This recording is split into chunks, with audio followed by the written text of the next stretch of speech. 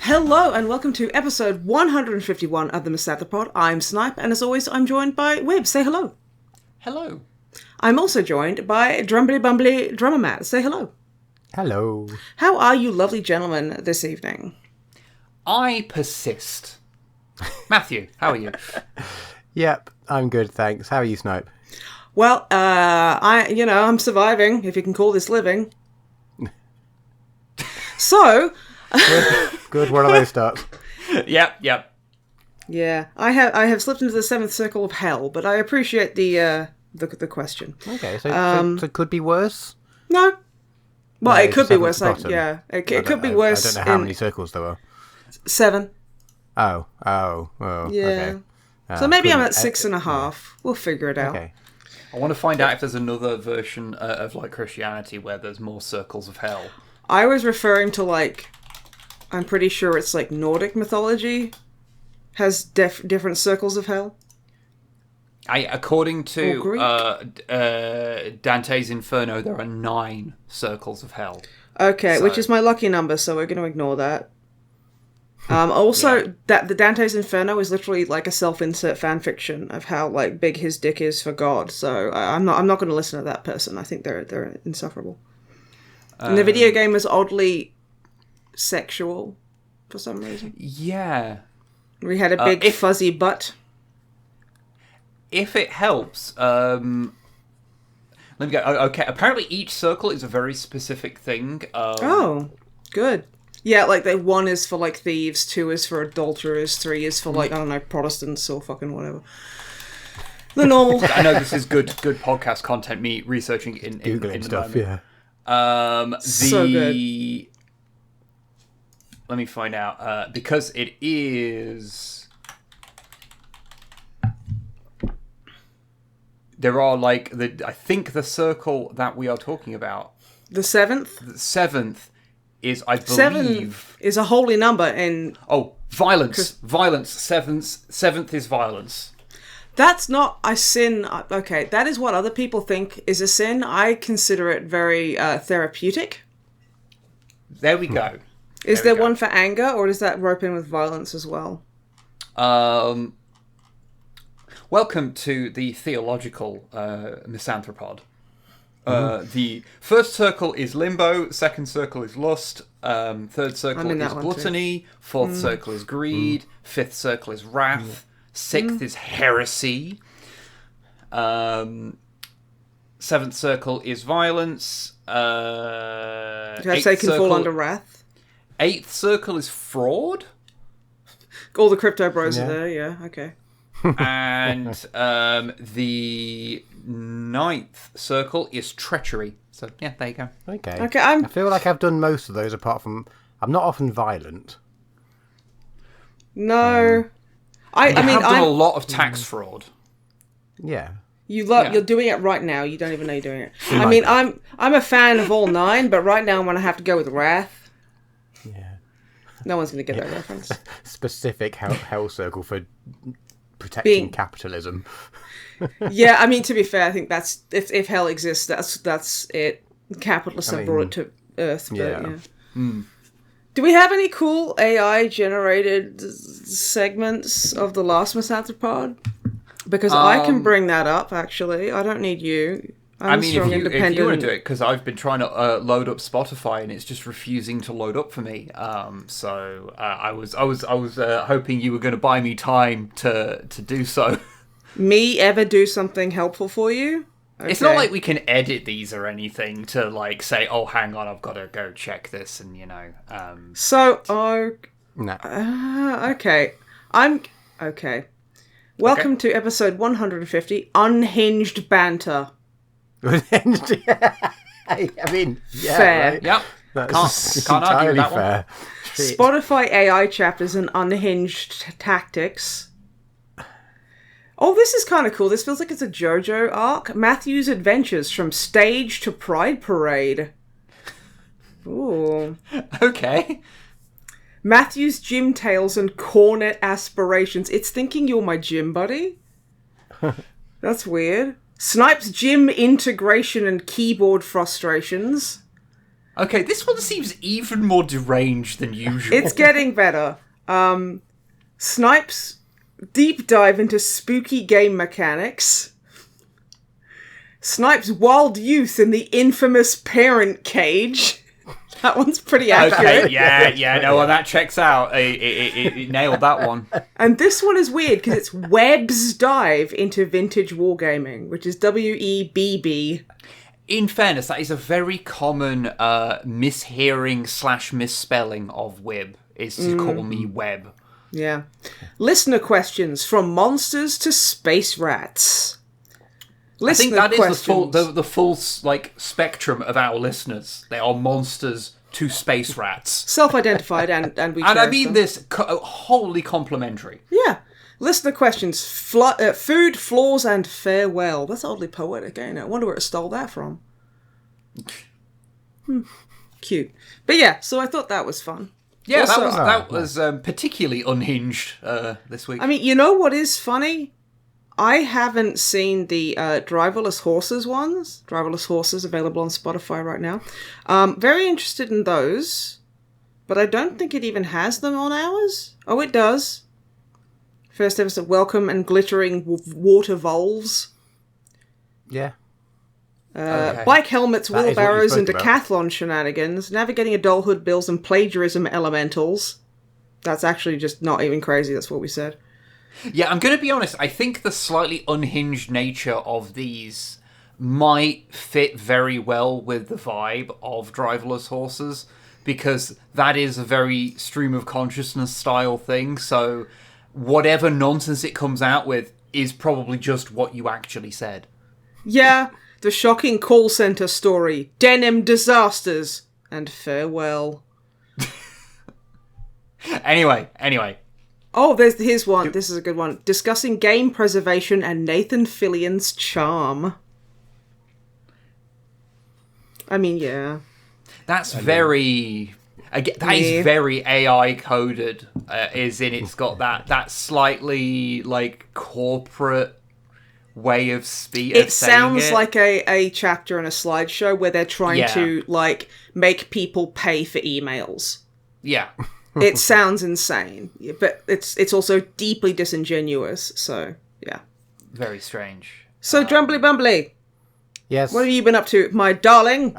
I have done absolutely, and this is even by my standards, bugger all relevant to the podcast. I went on holiday the day after recording the last episode, and I got back yesterday. So I've done nothing apart from being on holiday. We went from... This is quite fun. We went to Scotland for a week, and then we went to... we were saying Norfolk to everyone. Turns out Lowestoft is in Suffolk, actually. So we've been lying to everyone. But no one's caught us out on it because no one knows. Who is just Yeah, but every day you'll encounter people who don't know, and one person who is really deeply invested in telling you why you're wrong. Probably. And that's Wib. But it's quite fun. We were staying up in a campsite up near Fort William, so pretty northwest, but there is a lot more of Scotland because Scotland keeps going. Go to John O'Groats, you coward. Yeah. But I prefer the west coast to the east coast as a general rule. I mean, no offence to the east coast, but we spent a lot when we had the camper van, we used to spend a lot of time around the west coast, and it's just beautiful. But yeah, we did the train ride from Fort William across to Mallaig. I don't know how to pronounce it. Mallaig. It's the one that goes over all the pretty viaducts and just along the coast, and it's beautiful. But at one point we went to the most. We didn't get off, but we were at the most western train station. I don't know if it's the UK, because I don't know if there's train stations in Northern Ireland, but at least on the island of Great Britain, it's the most westerly train station. And then you're not sure if they have trains in Ireland. What an English thing to fucking say. They have, because I know they don't have table manners or civilization. No, Shut up. They briefly had an atmospheric railway. Yeah. Oh, okay. Well, I don't know any of the stations. Anyway, I can't remember what the qualifier was, but it was the most western in Great Britain, I guess. Yeah. And then 3 days later, we were at the most easterly point of the UK, which is just south of Lowestoft. And then also the north-south distance there. So it was a big old diagonal. Yeah, it's pretty big. 54 stations in North Ireland. Okay, well, I'm a dick. Absolute valid, and I will take that criticism. Northern Irish, please respond. We love you. I've never been, so I should, but I haven't. And I think they've had enough English people over there. I mean, yeah, valid. yeah. That you go over and they go, oh, not another one. Oh god, that is very fair. Sorry, DrummerMatt. I was just like, wouldn't it be funny if I just like ragged on DrummerMatt for just absolutely. one piece of English history I know about? You know what? That's absolutely valid, and I deserve that. You know what would have been funny if it turned out I was wrong, and actually, due to historical information that I was not familiar with, Brits there could were have just no trains. bombed all of their train stations for some reason, and that wouldn't be the most surprising. Or stole them. Or just stolen all the rails. Like the stations are still there, but there's no connecting rails. Museum. They stole all the sleepers, so everyone can wobble around. No, because we can't, because they're ours. No, well, I mean, they're objectively not. Yeah, but England has this really fun thing called colonialism, where they go somewhere and go, "This is mine," and the people who are like built it go, "No, it's not," and they go, I'm going to kill you and take this. Yeah. So see, I might have not been that far off the mark. Yeah. But not for the reasons we initially hoped, which was my ignorance. Yeah. Anywho, we've been on holiday and it's been good fun, but my brain's all frazzled and I've done nothing relevant to the podcast in the time in between because there hasn't been time in between. So, but looking forward to the last section, we do have quite a few questions. Ooh, so I will defer over to you lot to chat about stuff, and then I'll have a bigger section at the end with some questions. But yeah, okay. I will say, everybody who sends in questions, I personally love you, and I will give you a nice big hug or a firm nod of approval, depending on your comfort levels and what you would prefer. I love that. Thank you very much. Ooh, one thing I was going to mention, because I think this podcast will come out before the weekend. Oh, good for her. Will it come out before this weekend? No. It'll come out on Sunday. Okay, so thank you to anyone who came to the gig, I guess. I was going to do a last minute plug for the gig. If you're listening to this and you were at the gig, this will have probably been uploaded while you were at the gig, so wow. There is a possibility of that being true, yes. So, depending on when this gets edited. That would be so funny, actually. We'll time it, so basically set it up so that it's an unlisted video, and then you can set it live as we go on stage. I'll premiere it as on stage, so people will be like, well, I'll watch this because there's the premiere, and then I'll ignore the fucking band playing. I need to encourage people to ignore our band playing. Honestly, it's just it's like making fun of a clown. It's just too easy. Hey, come on now! Of all of the bands that play in our area, we are one of the most tolerated. We are one of them, absolutely. Not liked, but tolerated. We're not actively hated, and you know what? I'll take that. I met one person who actively hated us. Really? Was that the person who wrote a big angry blog post about how we were the worst thing ever? Because fair. Tangentially worked with him and then bumped into him at a gig. I was like, "Oh, cool, you're here." He's like, "Yeah, not for you." I was like, fair, most people would pretend, and he just really didn't. And I was like, you know what? Not everyone likes everything, and that's absolutely valid. I'm kind of glad that you said it rather than lie to my face. Your dad was way out of line with that. That was a bit. To be fair, your dad is lovely. He is very cool, and I want him. And if he does hate us, he's been very polite about it with all the gigs he's been to. Oh yeah. So that's he has lied a lot. He's going to Liar's Jail or whatever that circle of hell is called. It's probably not called Liar's Jail because probably not. It is lying fraud. No, I would say fraud is more kind of I'd say it's more financially driven. For profit and whereas I've not read Bible fan fiction Dante's Inferno, so I'm not entirely certain how accurate anything we have said about the circles of hell is according to this one book that one bloke wrote. I'll just get an AI to summarize it and then I'll spoil it and say that Bruce Willis was a ghost the whole time. I will say, when I was looking for the circles of hell, the AI thing told me, like, the circles of hell, like, at the top, and I was like, well, I'm not paying attention to that. I'm going to find it out properly. Even though I'm in the middle of a podcast, I commit to not using fucking AI. Fuck it. Yeah, it's disgusting. Absolutely abhorrent behaviour. Yeah. But anyway, I suppose this means we will then move on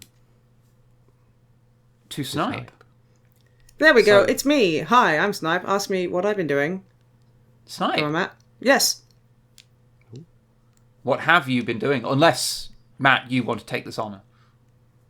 No, you've already asked. Go ahead. That's fine. Okay. See, now I want to start. Now I want you both to do it, and then I'll pick who wins, like a American Idol kind of deal. I don't have to dance. I'm not a dancing monkey. You've already done it. Okay. DrummerMatt wins by default. Please answer the previous question. Okay. I have been going through hell, mental health wise. I like to be transparent on the podcast because I think that's really good for myself and everyone else. I have been having an absolutely abhorrent time. Today I received my letter for my checkup at the breast unit. On the 20th of October, which affected me so much more emotionally violently than I suspected. And I've just been feeling really bad, and everyone has been busy with their own life, so I've been really panicking and feeling really alone and miserable and too scared to let everyone know that I'm feeling bad. So I'm going to try and change that. Hi everyone, I'm feeling bad. But yeah, so I've just been kind of like gymming, and I'm going to be reapplying for therapy because I'm in a severely bad way. So I've started playing WoW again. Oh yeah, okay. Yeah, these two things are often connected. The thing is they kind of are, because WoW is my severe depression game, and my friend Violet, she started playing again recently, and she's super into the roleplay bit, and I'm like, friend, and it's like that's a kind of nice thing of like, you know, she's got 2 kids, so and she, you know, she works full time, so I'm just like, I'll be here the 10 minutes a day that you might be able to sneak off and have a game. I made a Drakthea evoker who's a snooty man called Vosgalis or something like that. It's something fancy, and he's basically... I was just like, I love making characters for friends' characters. I don't need an excuse to make an RP character. I have 50 WoW characters. Most of them are level 60. How many of those are max level, just out of interest? 20, maybe? Actually, max. There's a new expansion coming out, so max level is 70. So I have maybe 10 or 50. It used to be like 100 and something. It used to be 110. Have they rejigged things? They did a big stat squish, and the next one is coming up is going to be from 70 to 80, which it's called like Warcraft Midnight or something, and I'm like, well... Of course I want it. And you get to play as Earthen. They're like just dwarves, but they have a different texture. And I'm like, of course I want it. Pisses me off. They're the ones that look like stone, aren't they? Yeah. And I think the last time I played was, I don't know, 20. Ooh. I can tell you. Probably 10 years ago. Yeah. No, it was just after Cataclysm, I think. What was after Cataclysm? Legion. Warlords of Draenor? No. Might have been Warlords. Or Legion. Someone's going to correct us in the comments. Would it be? It was, yes. That. I really liked that one. And then everyone's going, furries. And I'm like, wow, I've never heard that joke before. That's so cool. It's fantasy. Let the pandas talk. And the Pandaren existed before. Chen Stormstout helped fucking build Orgrimmar. And they predate and I've Panda existing. Yeah, I've argued with people in trade chat. Don't do that, by the way. Just don't fucking do it. No, never do that. Don't ever do that, because they're like, oh yeah, is like Ringo like the best drummer in the world? And you're like, the opinion of the music opinion haver has logged on. It's like, he's not even the best drummer in the Beatles, famously. And it's just like, oh, good. I once had to leave Stormwind because people were talking about music, and I knew that even if I muted it, I'd still know it was happening, so I just needed to leave the area because people were being so stupid. Didn't you go in? Like, I think to decompress, you went and tanked an hour of Twilight like dungeon, which in Cataclysm those were like the brutal fuck you, like real nasty raids, especially. Yeah, but I played a feral combat druid, and like that was easy mode because you could play a DPS and then just suddenly go into a tank by just pressing one button and be better than most tanks because it was so broken at the time. Speaking as someone who has had to fucking persevere as warrior tank. Fuck you. To this day, fuck you. I have a druid that's like, because they brought in Culturans, which is where Jaina Proudmoore is from.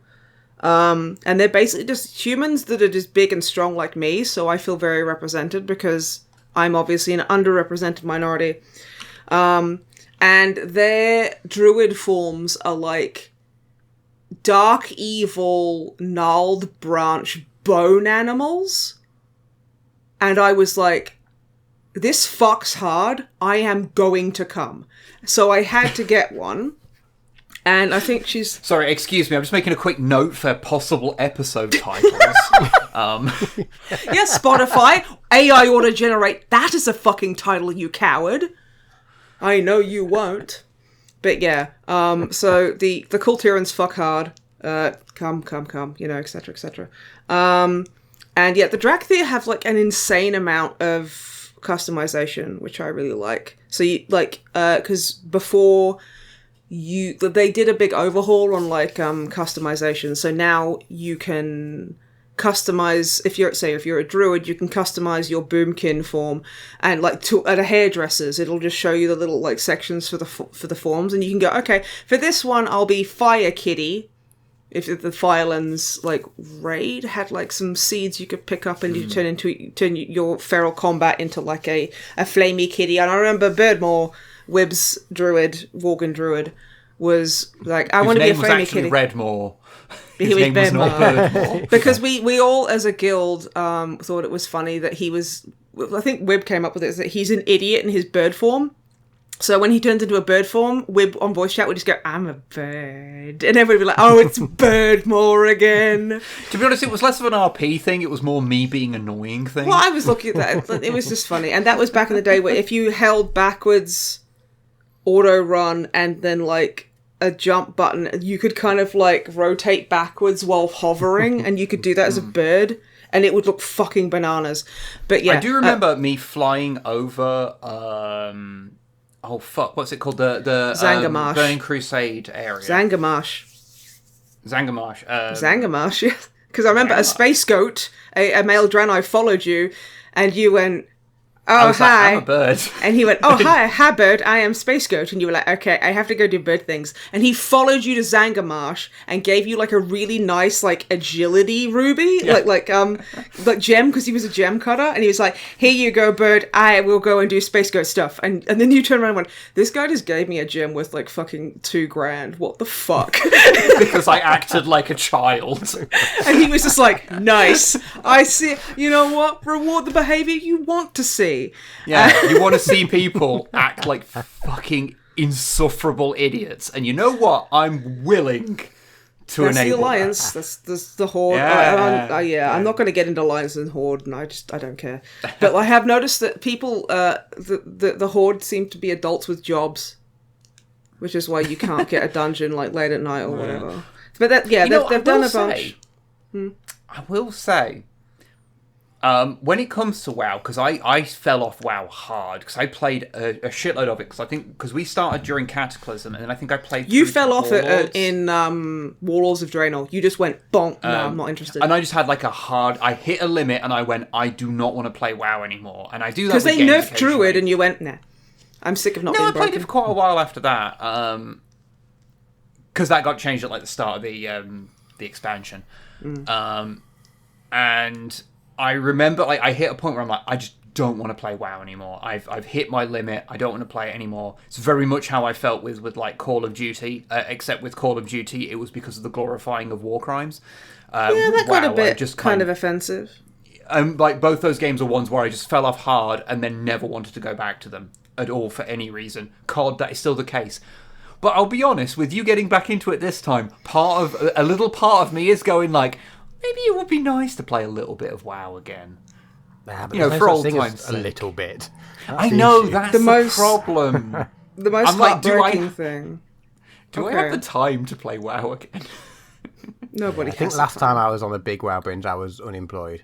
And I just sat on WoW all day. And it was great. It helps. I like it because it helps take my mind off everything. And Warcraft has been something I've been playing since I was a child. So there's a lot of familiar kind of things there. And like, the most heartbreaking thing is like, because I played for a long time after everyone stopped playing. And we had a guild. We do the occasional raid and things. Nothing too big because there was never that many of us. And this is before everyone started having kids. And I remember being the guild master of the guild, and then after everyone stopped playing, it was like, your friend last online 6 years ago, years, and I literally would cry about it, because obviously playing WoW, my depression game, I'm just like, oh, I'm really alone and upset about it.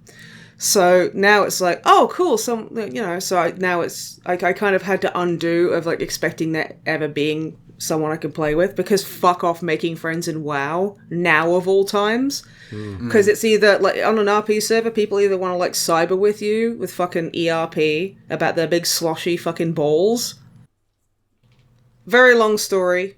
I'm not going to get into it here because, oh my god, I don't want to traumatize everybody. Sorry, I feel that could be a whole episode, is just dramatic readings of ERP profiles from World of Warcraft. I mean, I am very much not a prude, and I am like, yeah, you want to sit around and just jerk it all day? Great, but also, like, I do have stuff to do, so that's just not really for me.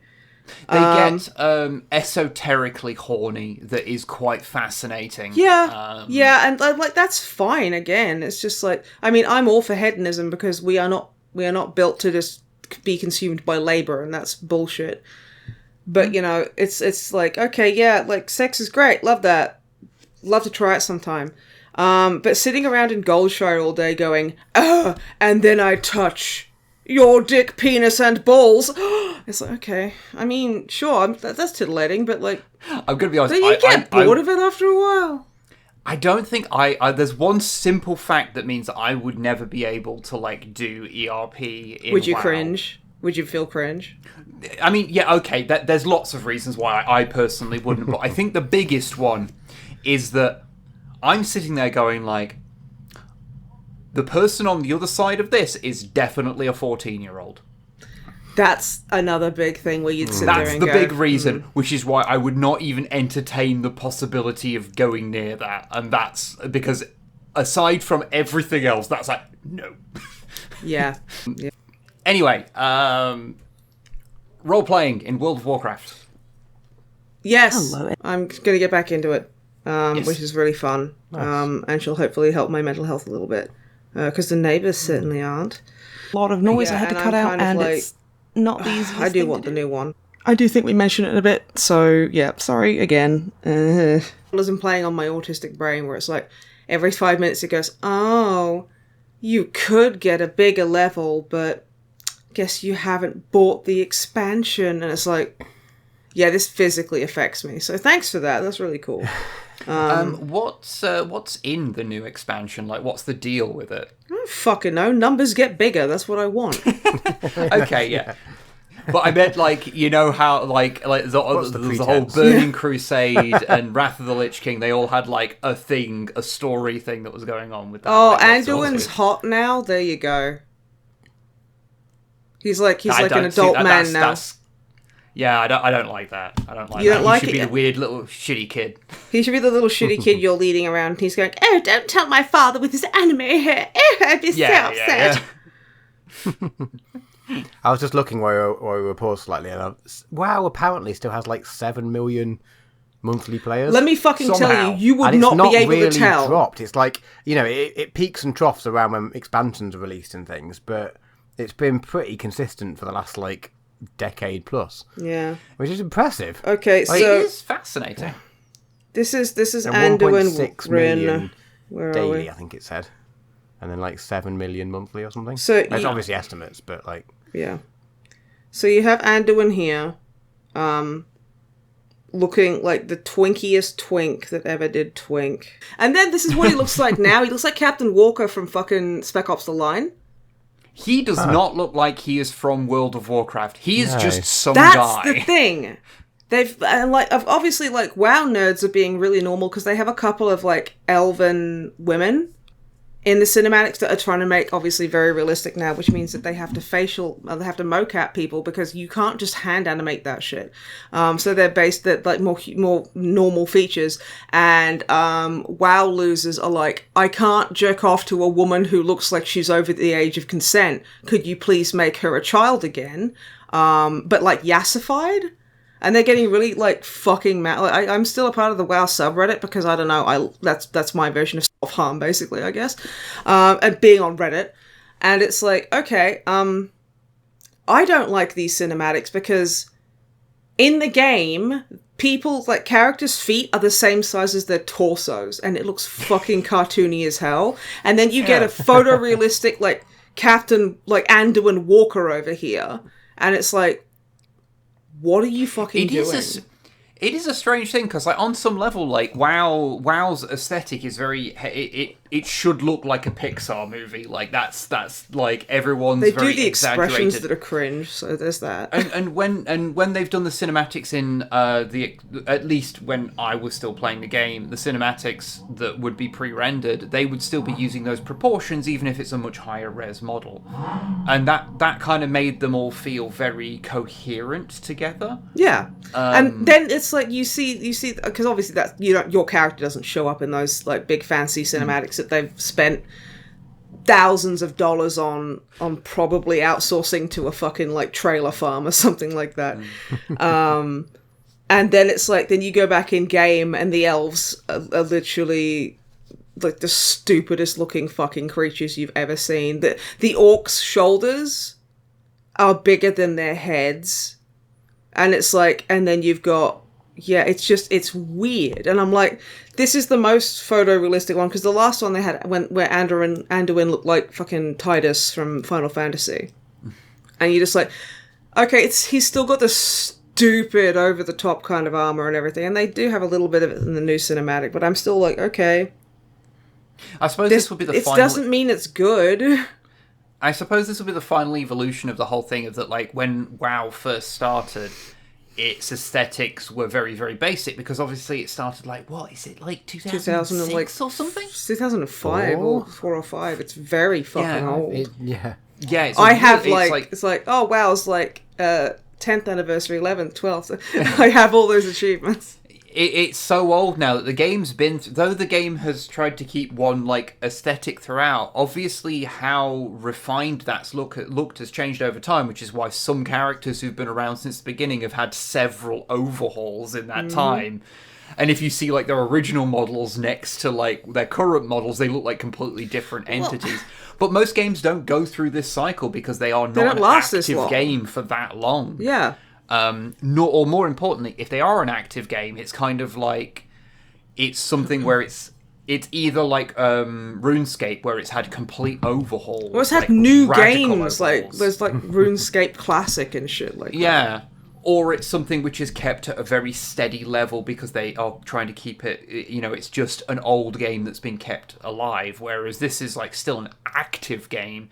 So it leads it into a very unique situation as far as like these things go, because most MMOs don't last this long. Yeah. Or if they do, they spend most of that time as a zombie game where there's like 50 people who play where they outsource it to like one of those like like the DC Heroes Online or whatever. They all end up with the same, like, it's like a Chinese server farm company where they just kind of keep it there and then they just stuff it full of microtransactions, and only the most like dedicated people keep it going, and then like if anyone tries to join, they instantly get ganked instantly and go, this fucking sucks, and I have to give them $10 and a photo of my feet to get a resurrection, or I delete my character. You know what, fuck this, I'm going back to WoW.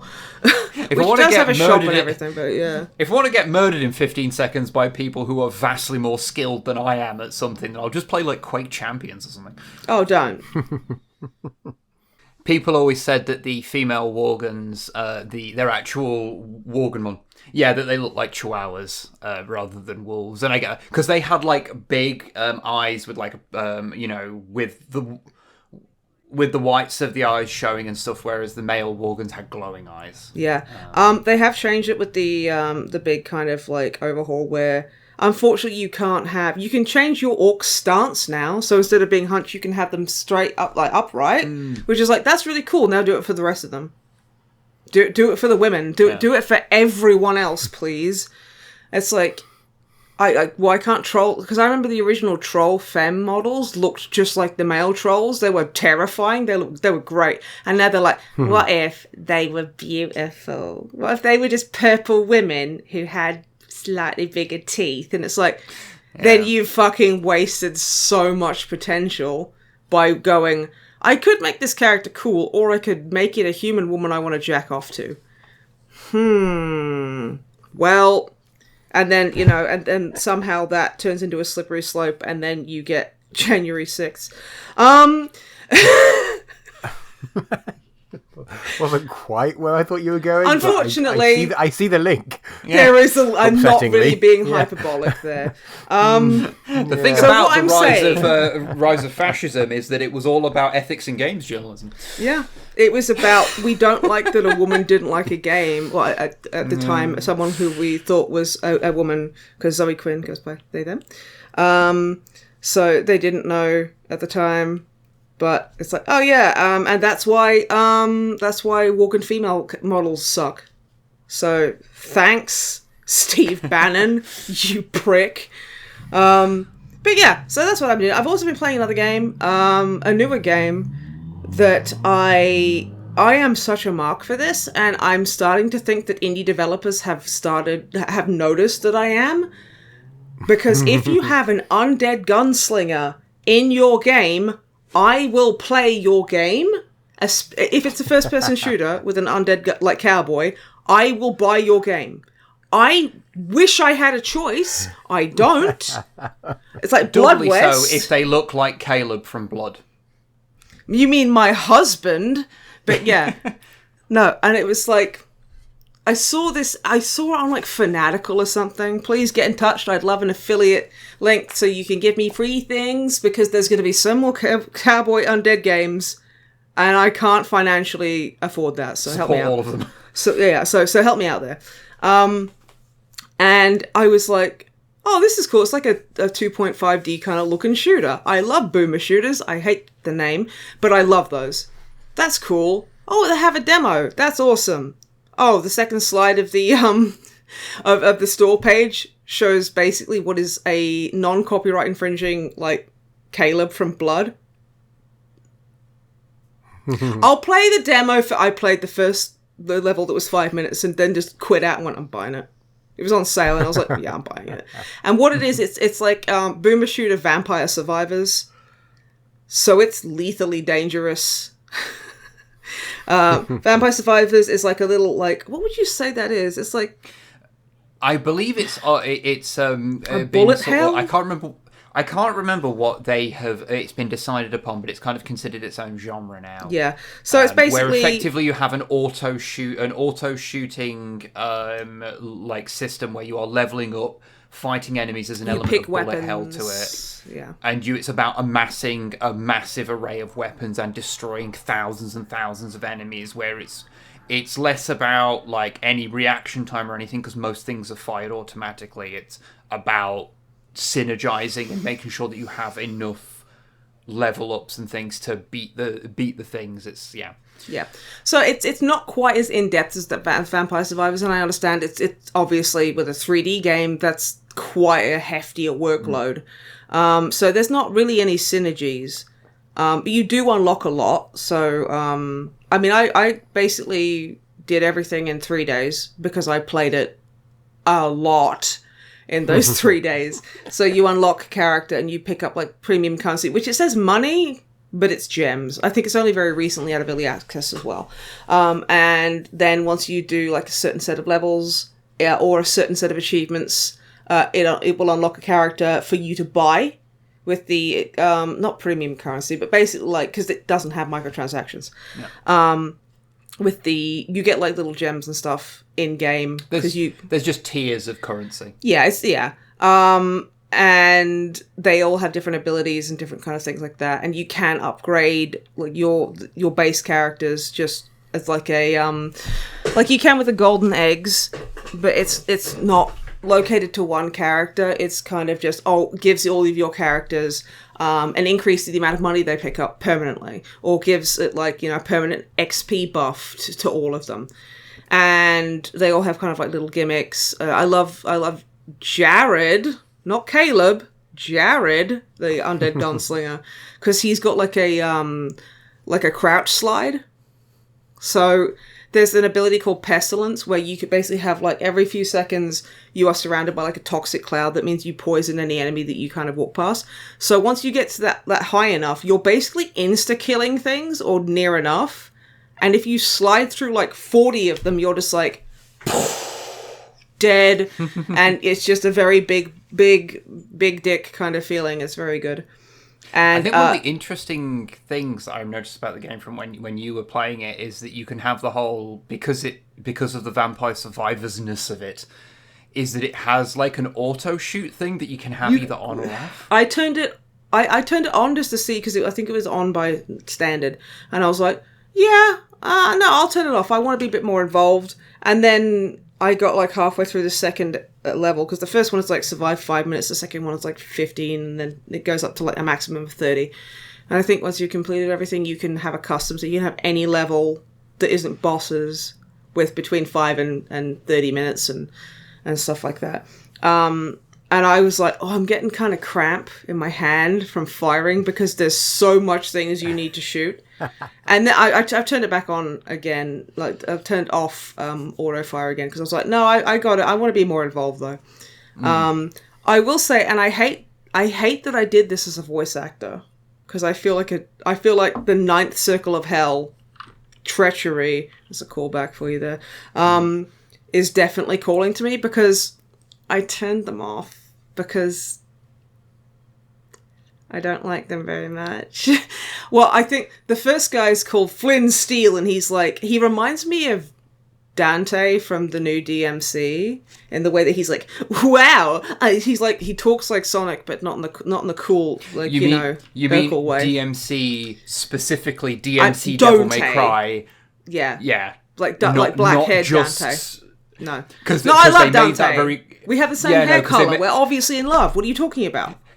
They made that very complicated for future generations because everyone shortened Devil May Cry to DMC, and then they made a specific, very unique game that is called DMC Devil May Cry. Mm-hmm. So you can't just say DMC to mean Devil May Cry as a series anymore. Yeah. Because now there's a weird ambiguity to which one you mean when you say it, so you have to clarify every time. I didn't want to say Dante because that brings out some very irritating people. All of them. I quite enjoyed the game, in all honesty. Yeah, it was whatever. I like Devil May Cry, the other ones. The only thing I didn't like about it is that it seemed to think it was just like, oh, we're not like that shit game. It's like, but I like that game. Yeah. Why do you have to be a dickhead about it? It just seemed like they were really high on their own fucking, like, bullshit. But yeah. I do understand why it rubbed people the wrong way. Yeah, it was just a bit like, alright, cool. But yeah, and so he's like, oh yeah, I do so well. And I was like, okay, that's getting it on my nerves a little bit. I know it's supposed to be a joke or whatever, but I'm like, nah. And it happened, and they spoke quite a lot, so I was like, okay. Then I played as Caleb, not Caleb, I guess. And I remember the split second, because I think you were watching me play. And as I was like firing, he turns around and he goes, not today, hermano. And I was like, oh! Because obviously trying to say hermano in Spanish, which is brother. And I'm like, I can't listen to this any longer. And then I saw that there were women in the game, and I was like, I already know what they sound like, and I do not need to hear them. Thank you very much. If you're going to have characters that are going to have barks when they kill an enemy or whatever, you have to make sure that they are something that people are going to want to listen to 50 times. That's what Left 4 Dead did so well. Especially because like they had banter and they like, had like they had and, contextual banter, which was quite advanced. So I don't expect indie devs to be able to do that, but it is it is kind of like, okay. I mean, like Blood West, like the game I'm obsessed with yet another dead gunslinger, undead gunslinger. You can there's like a you can turn his comments off if you want. If you don't want to listen to Garrett chatter away. I think I turned mine to like less frequent just because I played quite solidly for like a day and I was like, okay, I've heard that one line like 8 times, so I'm just gonna lower it a little bit. But yeah, and like luckily I was like, I'm turning the voices off, sorry. It's because you are killing so many things for like 30 minutes straight. And I can only hear, not today, Hermano, so many fucking times before I start, like, you know, writing a manifesto, basically. But no, that is quite fun. One unforgivable, unplayable problem is that there's a character you unlock that has, like, they have, like, claws, and they have 3 fingers and a thumb in their, like, world model. Like, when you're playing with them. But the actual art of them has 4 fingers and a thumb. And I'm just like, no. Some crimes cannot be forgiven. Did you say the name of this game at the start? Bloodshed. Yes. I don't remember. If you said I don't remember now. I thought we should probably say the name of the game. Like Boomer Shooter Vampire Survivors is called Bloodshed, which is another thing that perked me up. Because I'm like, blood? I need to play the Hexen and Heretic... thingy by Night Dive, because Night Dive are awesome. I love their practices of just going, oh, you already own these? Yeah, you have the fancy upgrade. Just bang, there you go. You already bought it. Go on. I think that's incredible. And like 1 unit whole blood was fucking perfect. It was amazing. I really hope that they could finish Blood 2 and make it good, but I mean, they're not miracle workers. There's only so much someone can do. Yeah. It was so funny. My father said that the reason Blood 2 sucked so much is because they brought women into it. And I'm like, or it was viciously rushed and went over budget. So they had to just... What people blame on, feminism ruined this thing, what they're actually complaining about is the ruthless machinations of capitalism. Well, I mean, it's like, he loved Red Dwarf until they ruined it by putting a woman in it. And it's like, no... It had just gone on for too long. And it's like, no, Series 7 is just objectively worse than the previous ones because they changed the format. Now, and then Season 8 is the worst season of Red Dwarf by a long margin. But it's got nothing to do with Kachansky. No, it's because of woman, obviously. It's because, if I remember rightly, it's because one of the writing duo... was a woman? It's like... Because there's Grant Naylor, who's the Gestalt amalgam of the 2 writers. Yeah, and one Naylor, of the... I want to say? Yeah, well, how do they know her? One of them left, and one of them was more the gag guy, and one of them was more the story guy. And so, yeah. So the thing that kept the series working kind of went out of whack, and after there was a big break, for reasons I won't go into. Between Series 6 and 7, and then it came back, and that is also when Kachansky came into it. But the reason the show changed was not because they brought a woman into it. It was for, like, a bunch of other reasons. Mm-hmm. Like, this is something I know specifically about, and that is such a stupid thing to say. It's like, they went to not having, it was all done without having a studio audience there, so all of the laugh track had to be, done, in post, and it just... Yeah. It's a different show. Yeah. Damn it. Thanks to women and feminism. It was ruined. Terrible, really. No. But yeah, Bloodshed, very fun. Wasted a lot of time on that. Very, very good. Wibblet! What have you been up to, dear? Not much, because I've been very busy with work. But... I always forgot we saw Fantastic Four.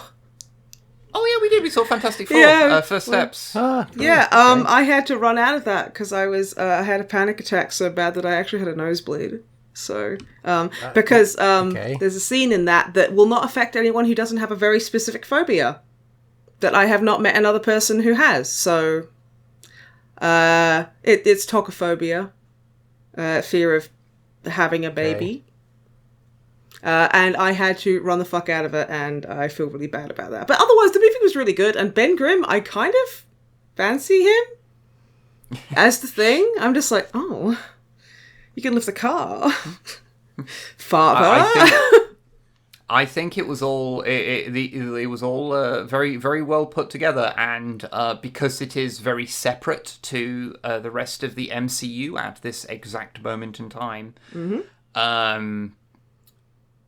temporarily, it means that it doesn't suffer from a lot of the problems the MCU has of being so mired in its own lore, which and I is love the problem that comics have. Yeah, I love the retrofuturism. I love Pedro Pascal. I love the I can't remember the lady who plays Sue Storm, but she seems like she's awesome. Like in real life, she seems like such an absolute babe.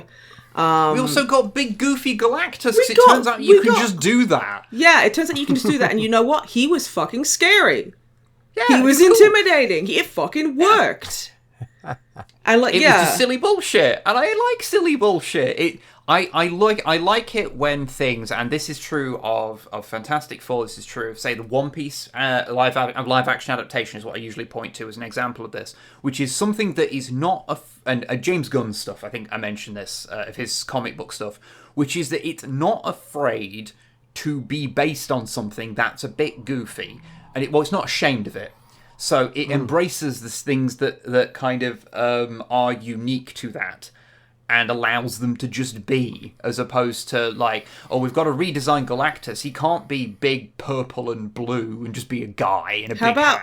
Yes, he can, and it worked really well, especially with like old Fantastic Four kind of like the silly kind of like 50s costumes and that kind of tweeness and stuff like that. Yeah. And I can never remember her name, and everyone's going to make fun of me because I always think of her as her name being Nastasha Romanenko, and that's not her name. She's the red-haired woman who was in Orange is the New Black, and she played the undead detective who was like Columbo. Oh. But, yeah. You know her? Yeah. Yeah. Her name starts, it's like Natalie or something like that, but yeah. She was in it, and she was fucking dope. I thought she was really fun. Yeah, I thought that was cute. Yeah, it's a fun movie. I'll never, ever watch it again, but, you know, it's good. Yeah. Did you I don't think it came out. Did you go back in? I did go back in because my father-in-law was in there, and he texts Wib when that part was well and truly done. And I was like, okay, I can go back in now. I scared the fuck out of the ticket checker. I'm walking up to him, I've got blood pouring through my hands, and I'm like, hi, I'm really sorry, would you have a tissue? And he was like, yeah. And he like tore open like a big stack of them and dropped a bunch. I feel so bad for that guy. All of them. Yeah, it's like just, the amount of times I remember I had one at the gym once, not because I was lifting too heavy and being a beast or anything, I was just stressed, so I had a nosebleed at the gym. And I was in the changing rooms, and there was like she was Polish, the poor thing. So she got really flustered and forgot words. I was like kind of dabbing my nose and she was like, she got washing her hand, looks over and she goes, oh, are you okay?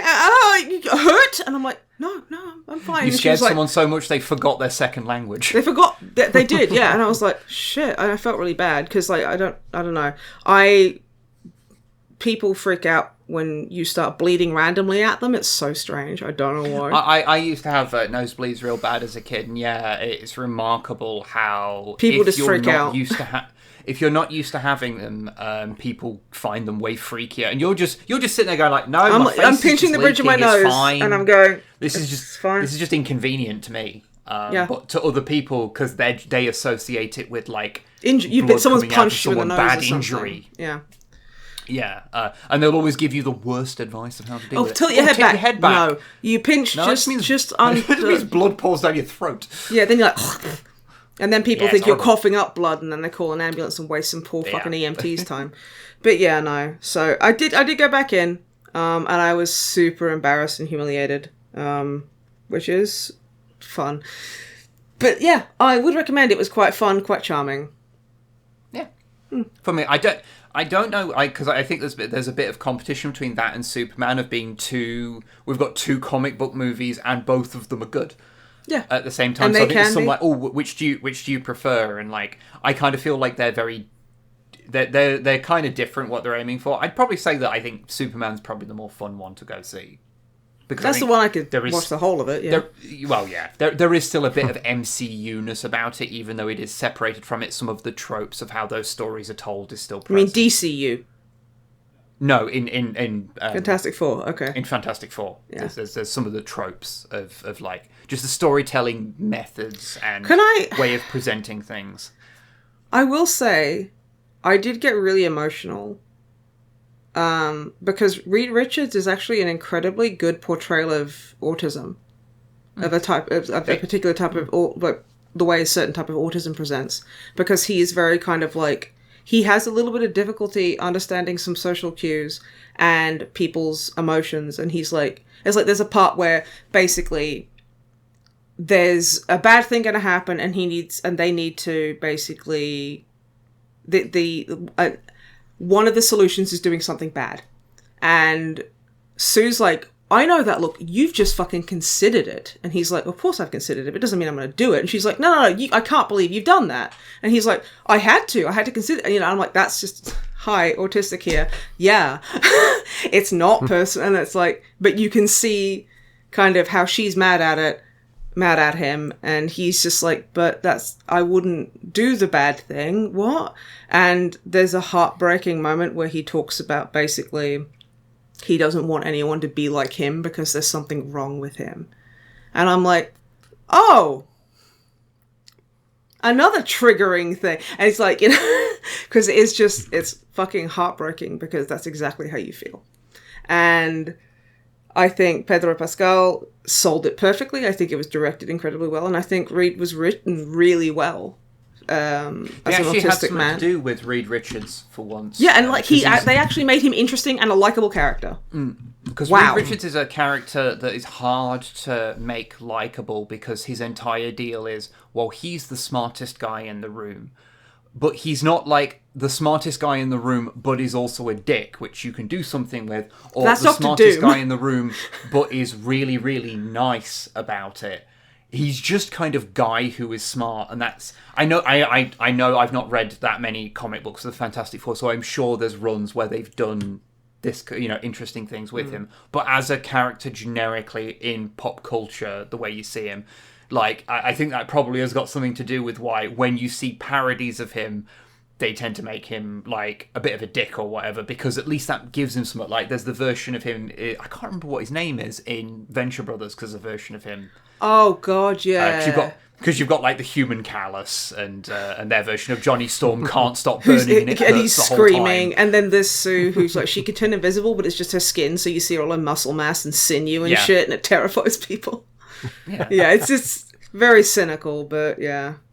Yeah. But and he's he's the only only normal one, and yeah. But yeah, and I think they did good with that. So, yeah.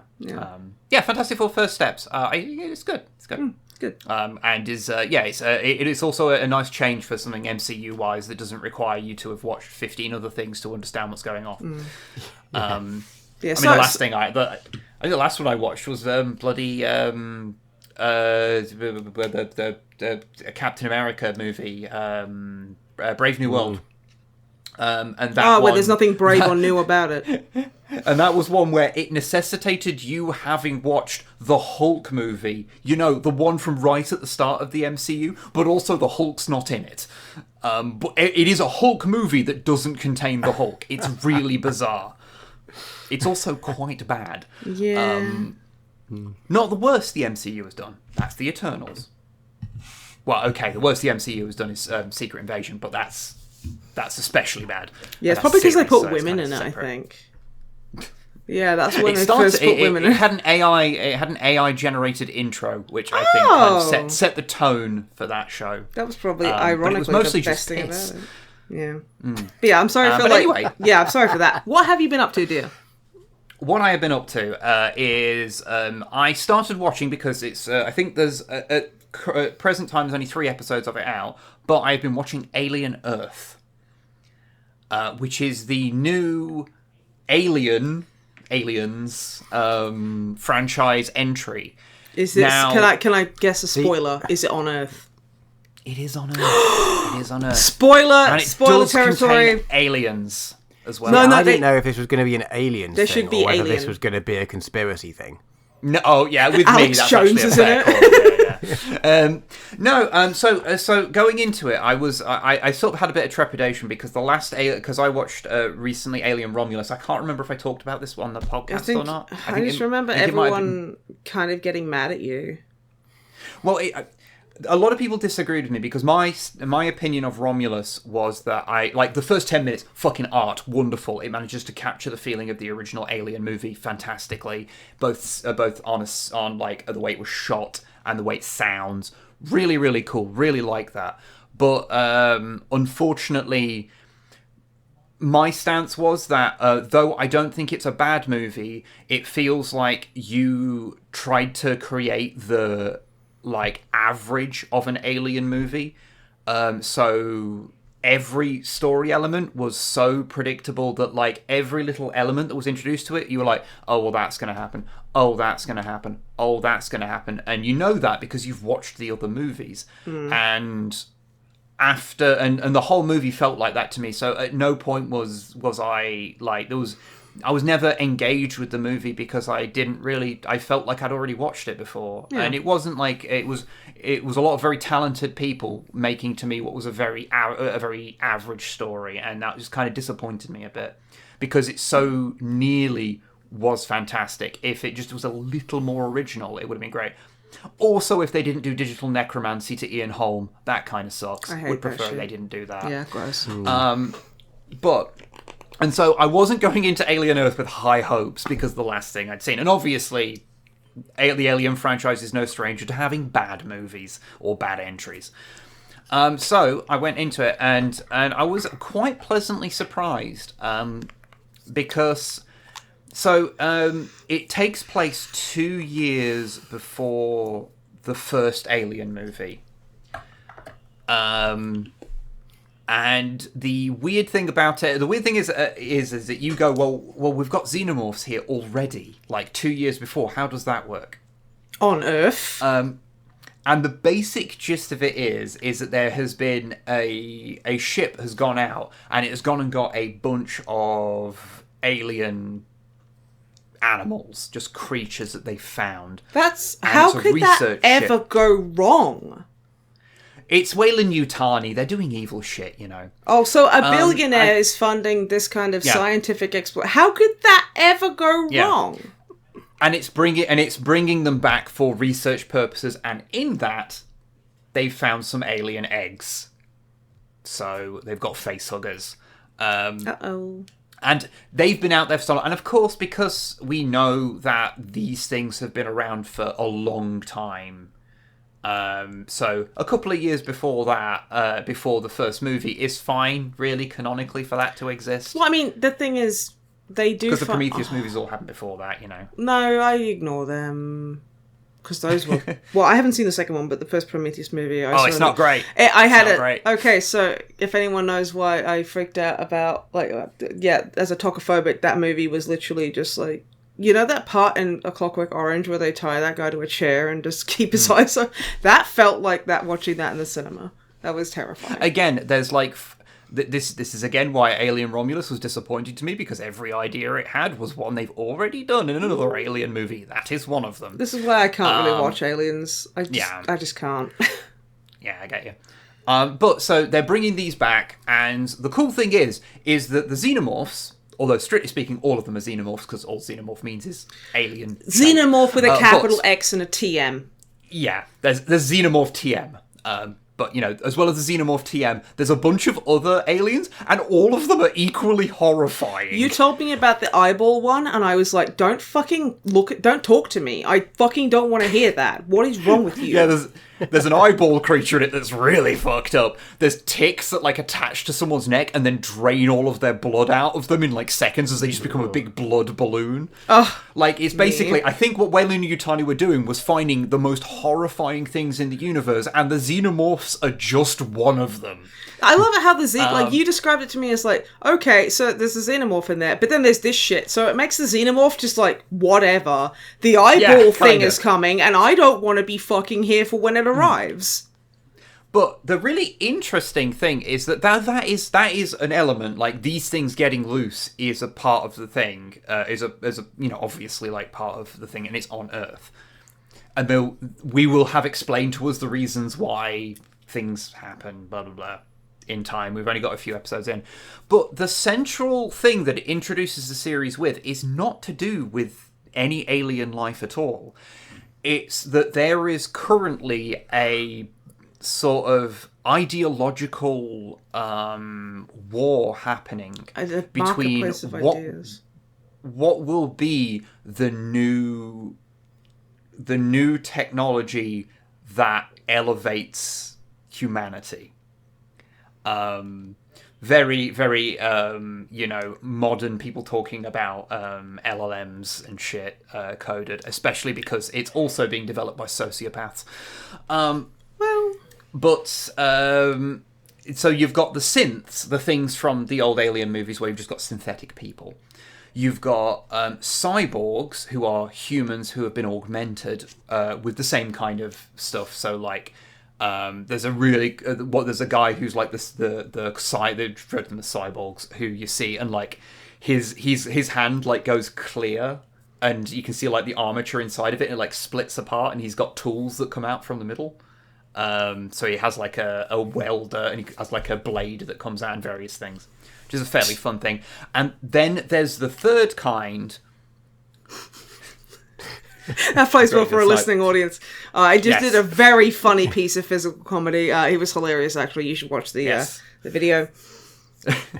But the third kind is humans, but put into a synth body, effectively. So it basically takes a human and removes the limitations of mortality from them. Oh, you mean the thing that all of the tech bros are chasing?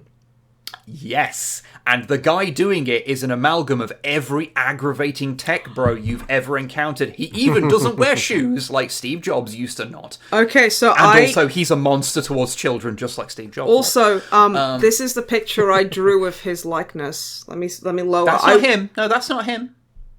Is it not him? That's his assistant, who's played by Adrian Edmondson. And you can tell because Vivian from the Young there Ones. He is, the artist rendition. I'll put it on screen. It's a picture of Adrian Edmondson, but I have expertly, like one of the old masters drawn, the silver stars on his forehead, as you can see, and the iconic 3-spiked red hair that Vivian had in the Young Ones, completely and utterly determining that was his true identity. So I need to tie this into the Young Ones somehow. Canonically, which I think won't be as difficult to do as you think, because there was that advert where he became an investment banker. Yeah, and he was a pepperami. He's a big business guy. He's a big business guy in Alien Earth. So he could have gone from that being a bank manager, in that old advert, to being CEO guy. But anyway, the guy doing the human minds in synths is this like super tech bro, and he is. I can't wait to see how this show murders him in the most horrific way possible, because this is a show where people, when they get murdered, it is bad. It's hard. Now, the thing about these, like, and this is all, like, I'm going to, like, episode 1 stuff. I don't want to give, like, major spoilers, although it is only 3 episodes in, so I don't feel like spoilers are too bad at 3 episodes but go easy. Anyway. So the only minds that can be transferred into a synth body at this point are children's minds. There's a kind of throwaway line about it being like human mind, like they haven't got the technology to do it with like an adult mind. There's some libertarian too shit. Rigid. Well, it's like that they're too rigid, where there's a plasticity to younger minds that can accept the process of being put into these bodies. But because a synth body can't grow, these children are put into then adult bodies. Implications. Or at least adult appearing bodies. They are still kids, which leads to a couple of interesting things. One of which is a really smart logistical thing they've done in the production, and two is just a very funny thing. The first one is that it means that they can then have these children characters go through horrific shit and not run the risk of fucking with child actors. I really like it for that reason, because like the amount of times like the kid who played Newt in Aliens, I don't know what I mean. All I saw was like the really cute like behind the scenes photos where she's like on like Bill Paxton's shoulder or something like that. And it's like, okay, that's adorable, but I think when horror movies fucking the stuff that's in it, because I know that the kid who played Danny in The Shining didn't like, he was like 8 or something like that. Like he didn't know what kind of a movie it was, and he didn't know until he was like much older. I'm like, that's perfect. Keep it like that. Yes, please. Good horror movies that include children, or at least well-produced horror movies, will do a lot of safety things to make sure the kids don't encounter anything during the production. You'll see a lot of shots where if say a kid walks in a horror movie, for example, like a kid sees a murder happen. And to show you that the kid is doing it, if they shoot it from behind or whatever, and you just see the kid, it's like, okay, that's like a mannequin with the kid. It's like, good, yes, keep doing shots like that. They do a lot of creative camera work, so it'll look like the kid's there, but they won't be. And I'm like, yes, excellent, more of that, please, perfect. Yeah. So that's a fun thing, because it means you can basically then you've got these characters who are functionally kids, but like, you know, whatever. The other thing is it means you get to have a bunch of adults who have to act like children. From what I saw, they fucking do it. They do like, good. There's a couple of them who are like mates, and they're all like, hey bro, and they're like always like messing with each other, and there's like and like they find some alien eggs, and one of them's like, yeah, but check out what I can do, and then he's like passing his leg over the top of the egg, like, yeah, I dare do that, and the other one's like, yeah, I bet I dare do it as well, and he does it as well. Like, it's like flipping off a camera behind your hand, like, oh my god, it's that kind of stuff, which is really interesting. What they do with it, and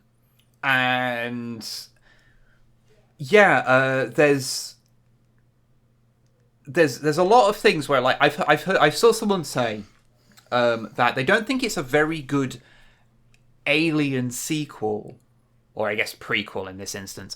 But what it is actually a pretty cool little, like, just sci-fi of a horrifying future world. Because because it kind of, what's kind of implied by it, as someone that has watched the Alien movies but hasn't really, like, dived into the lore behind them, because I've only read a very small amount of, like, the comics and stuff like that. Yeah, honestly, stick to the movies. It's just better.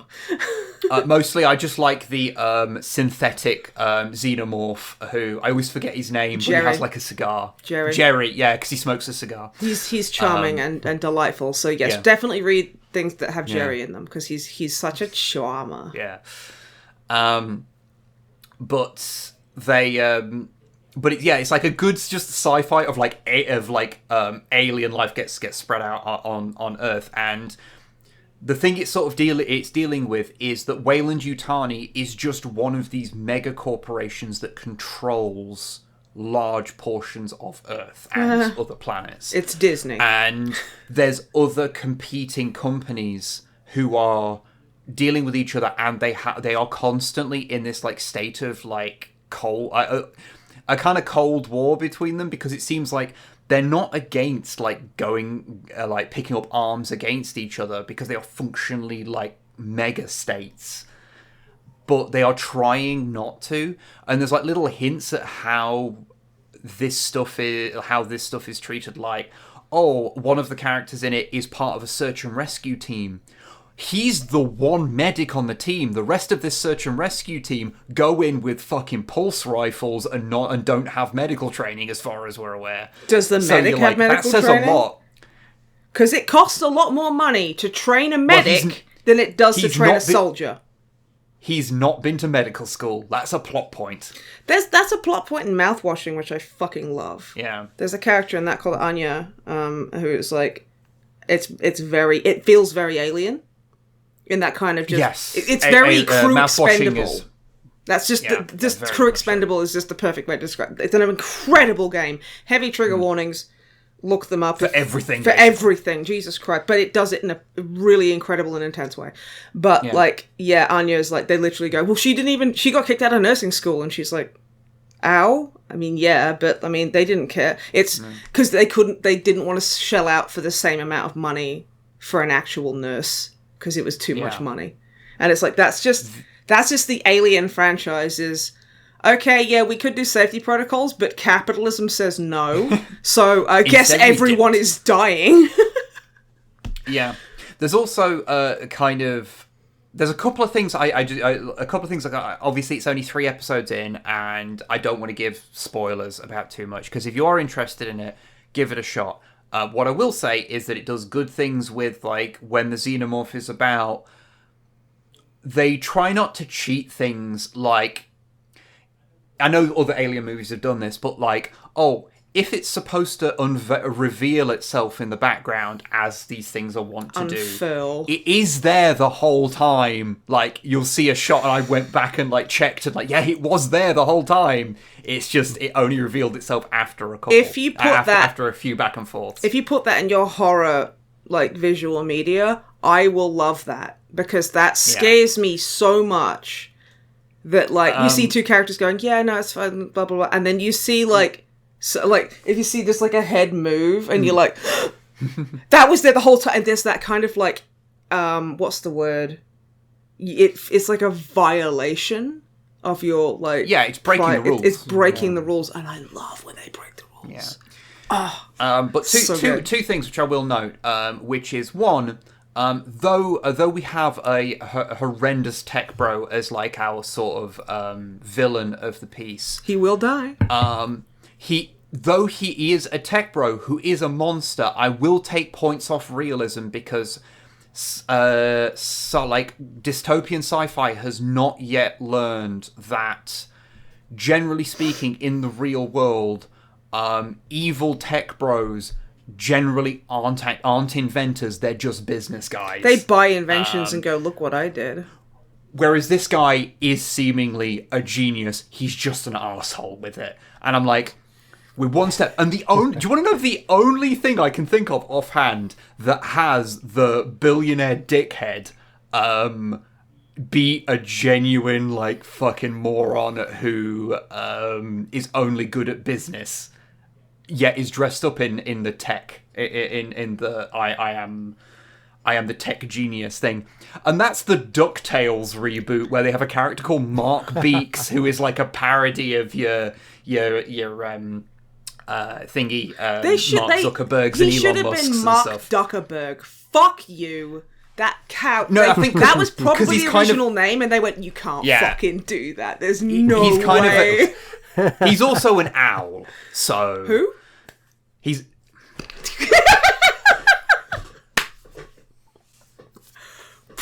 Anyway, but yeah, no, they do portray him as, he just steals all his stuff. He's not like he's not a tech genius. Yeah. He just knows how to appear as a tech genius. He knows how to sell being a visionary to investors, even if it's not true. And it's weird that all these dystopian sci-fis tend to forget that that's what makes these people extra bad, is that they're not even what they sell themselves to be. Whereas this guy is actually a genius, as far as we can see so far. Well, I mean, the other thing is, can't suspend it's licensed. Yeah. But its music choice is really peculiar. Because I asked Snipe this question last night, which is, so Matt, I'll ask you, if you were to put licensed music into an Alien movie, what sort of vibe would you go with? What piece of licensed music? I'll tell you what I said after you said. Something industrially. Something industrial. Or you go down the metal route, but I don't know. I feel like you go for more of a sort of industrially, I don't know. Yeah. That's really interesting that you say that, because I said, I was like, I can't imagine a lot of I feel it would be very anachronistic, like, because, you know, especially in like Isolation, a lot of the newer kind of creations in the Alien franchise, there's the retro futurism where it's all cassettes and like these CRTs, and I was like, I feel that the music they would have would be things like the Ink Spots, or something like that. You know, I don't want to set the world on fire, like just that kind of like older kind of like 40s music, which that's the only thing I could think of, and I was also wrong.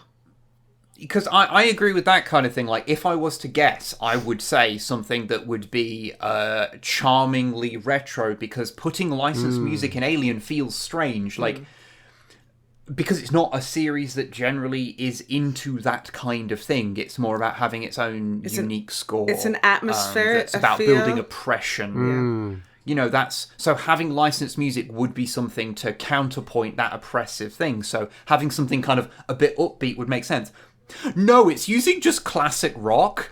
Like there was, I think it was Wherever I May Roam. The Metallica song was one of them. I think it's by Tool. The song Stinkfist was one of them. Gross name, by the way. One of them I think was a Judas Priest song. I'm just like, the next one will end in Back. And I know I'm making some people feel really old by and I'm making some people feel old by referring to Tool as classic rock, but it is. It now. is. We're old. I'm Get sorry. over it. Sorry. But so it's really interesting choices. I would accept some Primus, because it sounds fucking weird.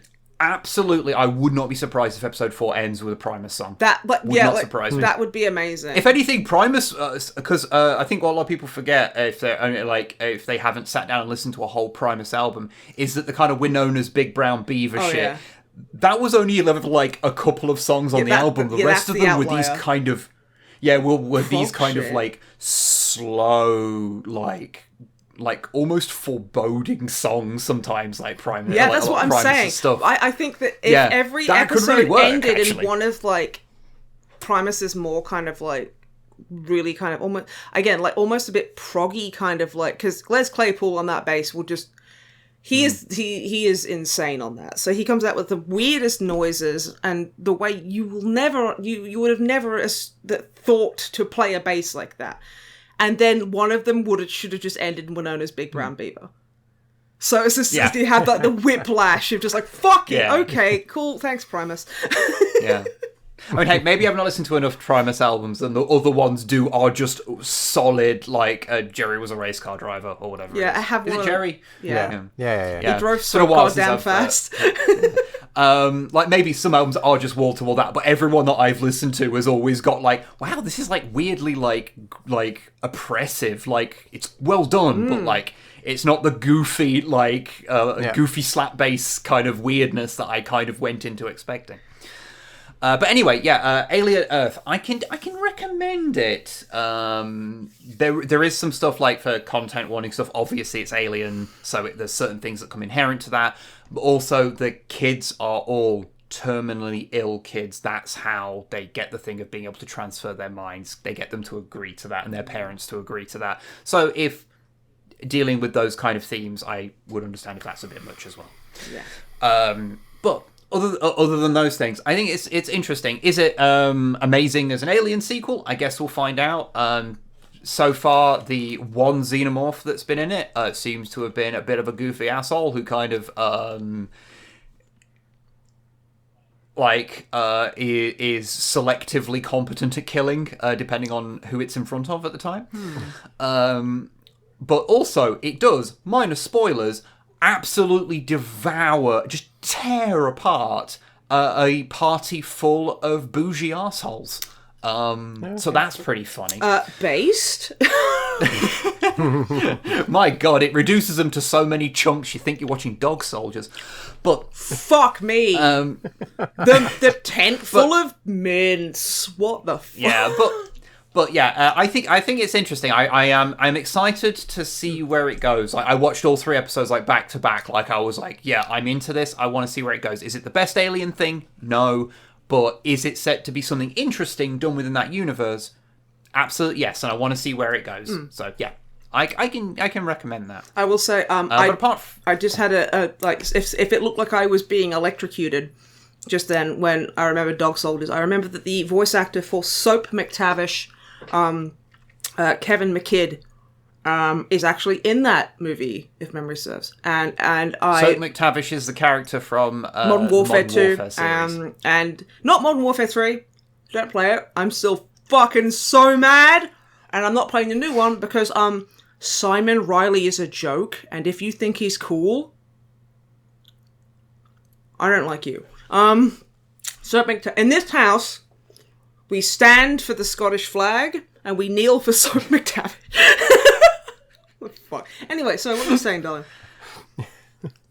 I was saying that Alien Earth is pretty good, and I would recommend it. But that is all I have really done because I have been too busy working on other projects, which you will hopefully see very soon. You should hopefully see the next Codex Compliant will be out before you see this. Fingers crossed. Hopefully, I've got that done. Get out my fucking keyboard, you stupid creep. Excuse me? There's a moth flew into my keyboard and was caressing my number pad. I know I don't want to know. Don't know what's going on. It takes all sorts. No. You know, some people are into feet, some people are into numpads. I accidentally resized some people are moths. Get over it. No. I am intolerant to moths. Not Mothman. But moths. There was like You'll deal with men, you'll deal with moths, you'll deal with mothmen, but not moths. Nothing racist about it. Simple as. Also, moth name, as if you just heard DrummerMatt say that. When we were playing WoW with his, he had a Draenei male called like Honourable Spoon in Tauva. In Tau Talk. Remember Ornva? Yeah, something. Yeah, and you were like, oh, it's like Special Spoon or something like that. And I remember it was when pet battling had come in, and I was ragging on DrummerMatt because he had like a pet moth, because it's basically Pokemon battling. And I was like, you need to give your pets names because then you can love them. And you were like, no. And I was like, please, how about you name him? And then he named it Moth Name. And I laughed so hard I think I cried. So that was a little bit of lore for you. But now we're on to the many questions, which if you want to send us a question, please send your questions and all threats to TheDrummerMatt@gmail.com. We look forward to answering or being afraid of your emails. Thank you. So DrummerMatt, what have we got, darling? So we've got a few, and I'm going to awfully paraphrase them. Excellent. I love it when you completely disregard what the person writing in has wanted to say. So yeah, apologies to everyone. So this first one is from Chris, aka Zingbo. Hello, Zingbo. Had a question on the back of my mind since before we went on our sort of hiatus. But anyway, you, Snipe, and Wib make up the beating heart of the renowned... I wanted to read this bit out because I enjoyed it. The renowned Scarpunk powerhouse that is Fighting Evil is Cool. We do. We're the sex appeal. But one thing that never really seems to properly sink into my head is that a musician's band doesn't necessarily have to represent the totality of their musical interests and style. Yeah, very well put. Given appropriate time and resources, what would be each of your ideal musical side projects? Okay, so... Wib, it's just he wants a bigger horn section, but basically keep it like the way it is. Okay, I think we need to establish a baseline here.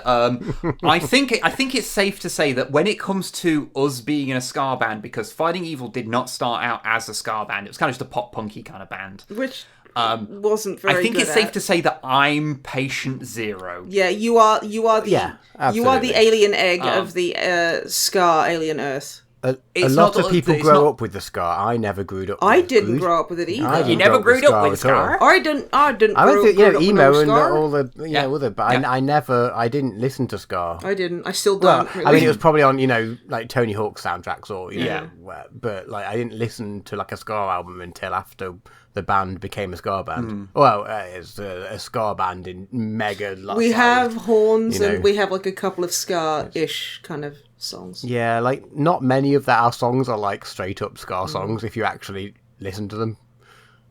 Well, not really. I don't know not about like that. It. Not in a no. Okay, our early songs were not. We had a cut. Like I think in our early stuff we were a bit more eclectic in like. There's a very obvious kind of more classic-y rock influence to some of them.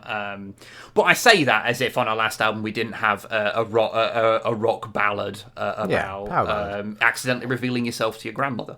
I mean, more than that. Yeah. Spoilers. Well, a lot more than Listen that. on all of the available platforms, etc., to find out more.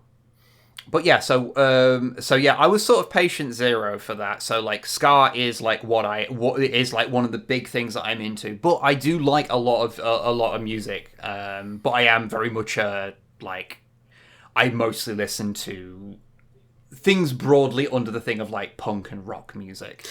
There's some bands that you listen to that I fucking cannot, and it's not because they are shit. It's just because it's such an extreme kind of like really like guttural kind of like. It's just a lot of it is very extreme. A lot of my music taste was based on listening to a lot of Choking Victim and Leftover Crack when I was at a vulnerable age, shall we say, to having my music taste irrevocably changed. So I'd say honestly, like if I was to have a side project that was sort of whatever I wanted, I think I would probably veer between what I would either want to do is to do kind of two things that kind of are sort of facets of the same thing, which is a more crusty ska punk band. I hate that. So that is kind of a crack rock steady style one, so it's a lot more screamy and angry, and it's all octave chords all the time. Which is why they're hidden in most of the Fight and Evil songs. We can't stop you. You won't let us. You can't stop me. No. I'm going to do them whether you want me to or not. Yeah, that's why we don't try.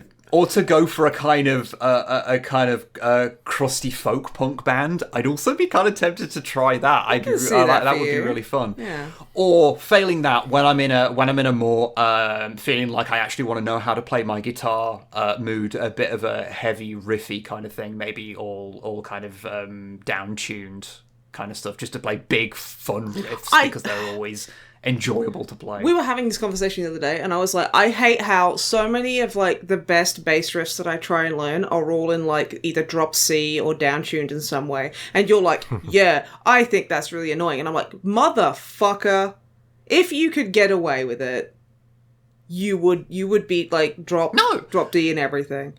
No. You just get pissed off about having to swap back and forth. No. There are two tunings I will accept, and that is standard tuning, because that's what my guitar is in normally, and drop D, because I have to change one string. Half a step down, get fucked. I'm not changing every string. Fuck off. I'm not doing that for one song. Okay. I know this is something that is a thing that harms my ability as a guitarist, but I can't be fucked, so I'm not doing it. Hence Crustball. And yes. Fucking shots fired. But Snipe, what stuff would you play if you had a side project that was like it was just whatever you wanted? Oh my god, I am probably, apart from Adam, a trumpet player who just listens to EDM and goes to like raves and stuff. Like he listens to a lot of house and stuff. I think if I could, it would be either something like Electric Callboy, which is metal screamo German pop dance music. Occasionally, it's the kind of like the German Maximum the Hormone, the way they kind of flip back between between genres. Yeah, I get that. With beautiful haircuts, and like there's an artist I really like called Dorothy, and she does like really quite heavy kind of country music. So it's like it's not cowpunk, and I don't know what it is, but it's basically she does like she's just done a song with Slash. I'd say from what I've heard of it, it's kind of very like bluesy kind of riffs, really heavy, kind of, like, noisy, big. And she's got like she's got some amazing vocals. Like she's got some pipes on her, and one I'm really into is Tombstone, which is the one she did with Slash. And I'm like, the worst part of that song is Slash. I'm just like, oh, look, the man who does guitar solos did a guitar solo. Fuck out of here. How old are you? Fuck off. Take your sunglasses off. Prick your inside. Fuck, I'm such a boomer. But yeah, so it would be something like that. Would be like, I love the favorite sound of any guitar I've I've ever heard on a recording is in Electric Six's big third album, Switzerland. The guitars in that are really heavy, like dirty, and I'm just like, that's you can get your teeth into that. Like, it's so beefy and meaty, and I love that kind of like really gritty and like guitar, and I like heavier bass, and I just like heavy. And yeah, it'd be something between Electric Callboy and like Dorothy, I think, because I love that. Which but with complicated bass lines, because I love complicated bass lines. They make me happy. With the bass lines of Hideki Naganuma, the guy who did a lot of the Jet Set Radio soundtrack, the bass lines on those songs, or on the ones, oh my god, so good. So yeah, probably a horrifying amalgam, but that's me. DrummerMatt, what about you? You've had a lot of bands. So you are in 2 bands right now, you slut. I am in kind of sort of 3, but one band is the same people. Okay. Collectively known as Traitor Band. This is his choosing. We did not choose to call them that. One is a 90s noughties cover band to play, like, you know, events where you actually get paid for doing gigs a bit. Yeah. Not we don't get paid, but the band gets a bit of money for a band pop. You are going to get more paid work if you're like, we play hits from the 90s, 80s, and today. We've played quite a few prides and various things, because quite often those sort of things, they're always wanting covers bands and things. And they'll also do originals, but it's easier to get those sort of slots doing the covers. In fact, the last Pride we did, both the bands played at various times in the day, which was quite fun.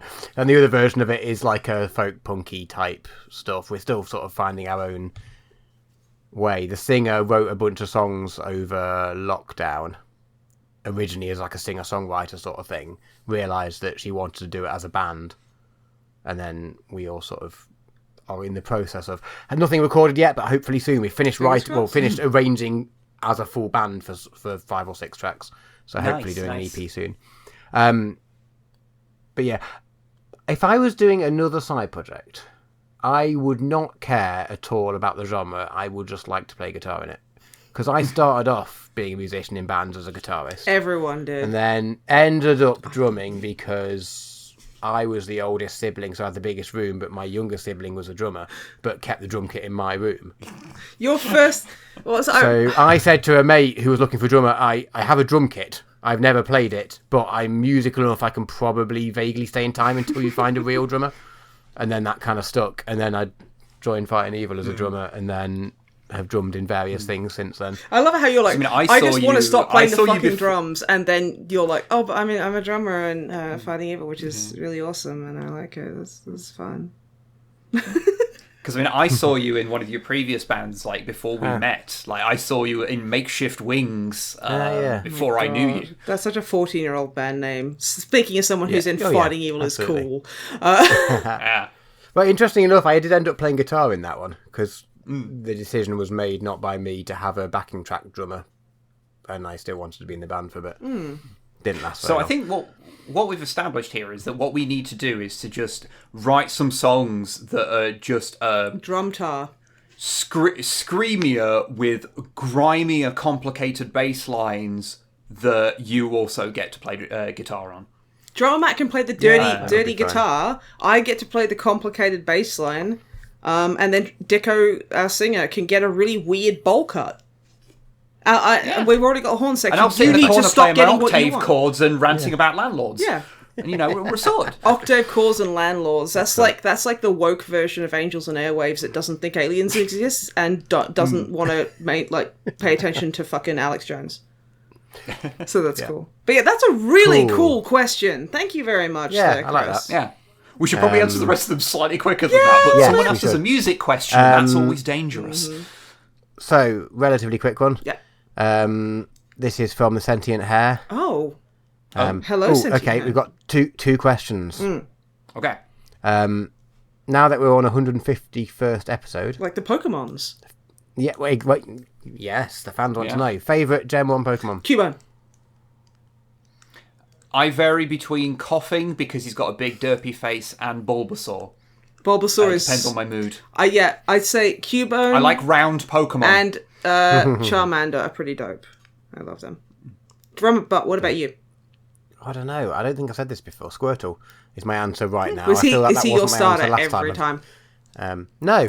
Ask the question. Okay, what is Very everyone's rarely, go-to starter? Like, know. what is the starter you'll always have? As a kid, the starter was always the fire one, whichever the fire Charmander. one was. I always pick Charmander. Oh, no, I know. No, I don't mean I forgot. I meant like in each generation. I didn't mean I'd forgotten the fire one in Gen 1.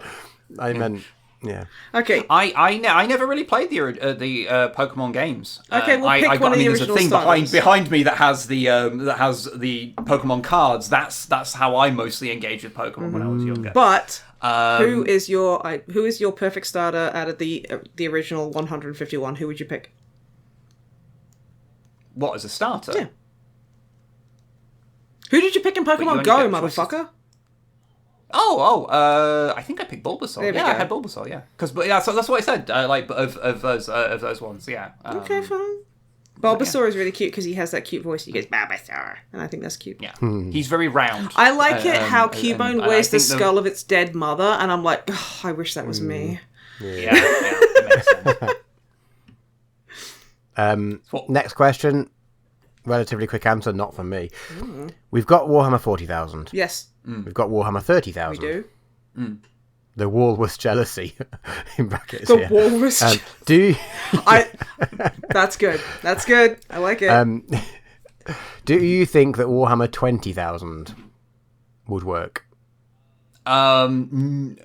Would it be twice as expensive as 30k? I'm pretty 20k is deep in the dark age of technology, and I think the less we know concrete about that, the better. Yeah, I'm a big fan of that just makes not sense. knowing a lot of shit. So, Although I think it would be really fun. I can't remember the timeline on it. I think it's actually like way back when the Krork were around, which is the version of the orc that was used as like a warlike race who was supposed to be like the orcs but like more together and less anarchic. I'd be intrigued to. I've seen a few people do their own versions of them, like just kind of throwing together a concept for them that's really interesting. But I honestly don't think. I don't think that there is the factions aren't really in the right places to make that as engaging. I don't feel. I think that's a fair assessment. Yeah. And I think the mystery I think is important. Nice. Right, next up from Lowwatt. Hello, Lowwatt. We've got two questions. One for Snipe, first up. I go to the gym directly after being at my desk job for 9 hours. Nice. Often find myself famished, but I worry with me being so out of shape, eating so much will make me sick while working out. Any snack suggestions? Oh, okay. So I tend to find if you're going straight from work into a workout, I'd say if you're going to do cardio straight away, don't eat anything particularly solid or too heavy on your stomach. If you can handle a protein shake or something like that, I know that there are you can get what I use like a mass gainer, and I tend to just cut it in half. So you get quite a few calories, quite a few nutrients, and a good chunk of protein, but it is just like drinking milk. If you can cope with like powdered kind of stuff, if you can cope with milk or whatever at all. But yeah, something light, because again, it's like, it's not really, I know that I get really unwell if I eat something and then go do some really intense, like, working out. I always tend to eat afterwards. Like, my little, like, thing is I always go and get myself a protein shake from, like, the shop next to my gym afterwards. And then I have, like, a big meal afterwards and make sure, I think it's within 20 minutes or half an hour of doing a workout is, if, you consume protein, then it's supposed to be utilized more efficiently if you want to get into the more kind of sciencey side of lifting, if that's something you're interested in. But I would, if you're in the car on the way home, or the way to the gym or whatever, like, have just, like, you can get, not sponsored, but, like, there's, like, a brand called Huel, which they're, like, complete meal shakes. They are a bit expensive, but because they're a bit thicker, they're really filling. I find them really filling. And so it's like a 20-minute drive. You have that when you leave work, and then it should have settled enough in your stomach to at least given you some sustenance there. But I don't know because I'm not in your body. But that might really, you might be able to drink a protein shake on a treadmill. I don't know. I couldn't personally, but yeah. But no, and good on you for going to the gym after fucking so much time at the desk job, because it's not easy to do. So good on you. Nice one. I'm trying to be quick with my answers. I'm trying to be good. Yeah, that's all right. This next question for Matt, but I don't know which Matt, so let's do both Matts, but quick answers. Games Workshop announced that they will be adding another Gene Stealer infected race to the Gene Stealer cult roster. What race would you like to see and why? Orcs, obviously. Those are the classic ones. Yeah, that'd be good. I want to see Tyranid Squeaks. Could be really interesting. Yeah, I was going to say Tau because I want them to overthrow the Ethereals. That would be so cool. And then they eat them. I mean, yeah, then they just eat. They eat their oppressors. And there'll be a brief moment where it'll be great until they all just become Gene Stealers, and then it's not so great anymore.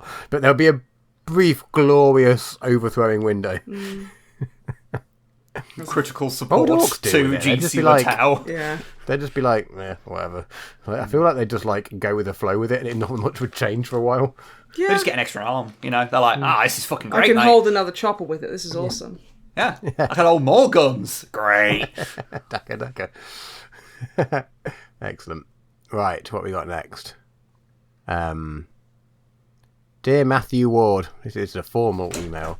Oh, we've been trying to get in contact with you about your car's extended warranty. No, this is from Benjamin. Hello, Benjamin. I feel like we should say their last name. Benjamin James. If I get that right, I will be... It's not that. I won't get his surname because I don't... Let's dox them! Yeah. Thanks for podcasts, punk songs. I once heard... This is towards you, Web. I once heard you mention the Better Medicine album by The Best of the Worst a few years ago. And it has become one of their all-time favourites. Oh, that's so cool. What bands do you recommend that have the same vibe?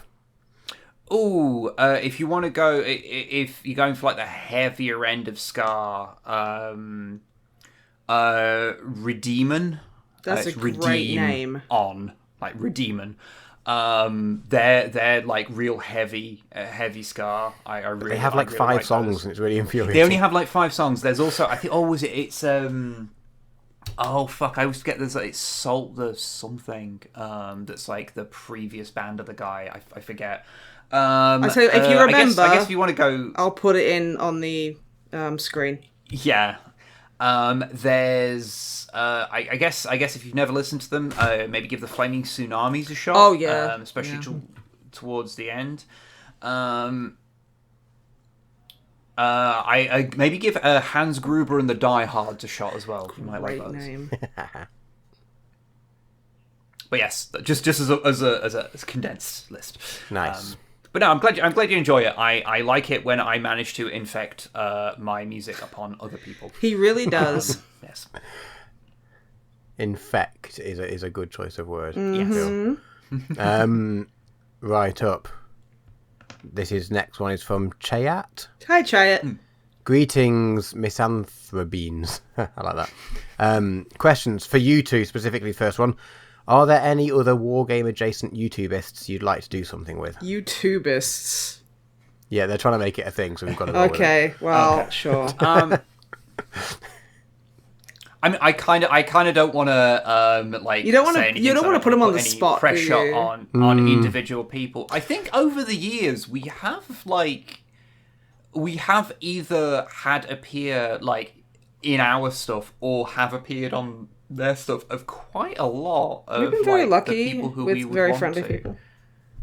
Yeah, I think we've kind of done a lot, had a lot. Of course, it would be nice to do some more stuff and do more collaborations and stuff. But honestly, it's mostly just on us for being bad at keeping touch with people. We're just anxious. I also want to do a Space Marine video with Matt McMuscles. Because he just seems like a really cool guy, and I've been watching him for a decade. Oh my god! Yeah. But yeah. Okay. Next Second question. You are forced by an evil wizard or something I am. to cosplay as a character or unit from 40k, but in protest, you choose to do it in a subtly wrong way just to annoy anyone watching. What are you going as? Angron, but he's a slut. Just in an armakini. You see, I think what I'd do is I'd go for a plain and simple ultramarine, but all of the iconography is subtly incorrect. So instead of a U, it would be like a J. Well, no, I mean McDonald like arch. What are you talking about? rather than having a squad number on the shoulder pad. Well, I'd swap them around for one, so the chapter icon and the squad number would be on the wrong side, but the squad number I'd have instead representing something else. I'd be a tactical, but I'd have an assault symbol. Okay. Most person you're going to piss off is yourself. Yeah, I know. But this is like playing Space Marine 2. Most people wouldn't notice anything, but the people who I'd piss off so much. Yeah. DrummerMatt, what about you? That would be how I'd go as a not alternately, I guess sexy- actually, the more overt one is simply you just do something like, oh yeah, you're done up as a blood angel, but you've got a dark angel symbol. That'd piss people off. I'd go as a not sexy femme version of basically anything. Yeah, that a pisses well-designed off so many femme people. version of anything that isn't in like Yeah. sexy armor. Yeah, Wait, see, you evil piece of shit. I think between us, we're managing to piss off a wide variety. I of know people, what would really so. piss off the most amount of people, and like basically you go as the red gobbo, but you have an Antifa patch. Oh yeah. You'd get shanked in the car park. Righty ho. Next up.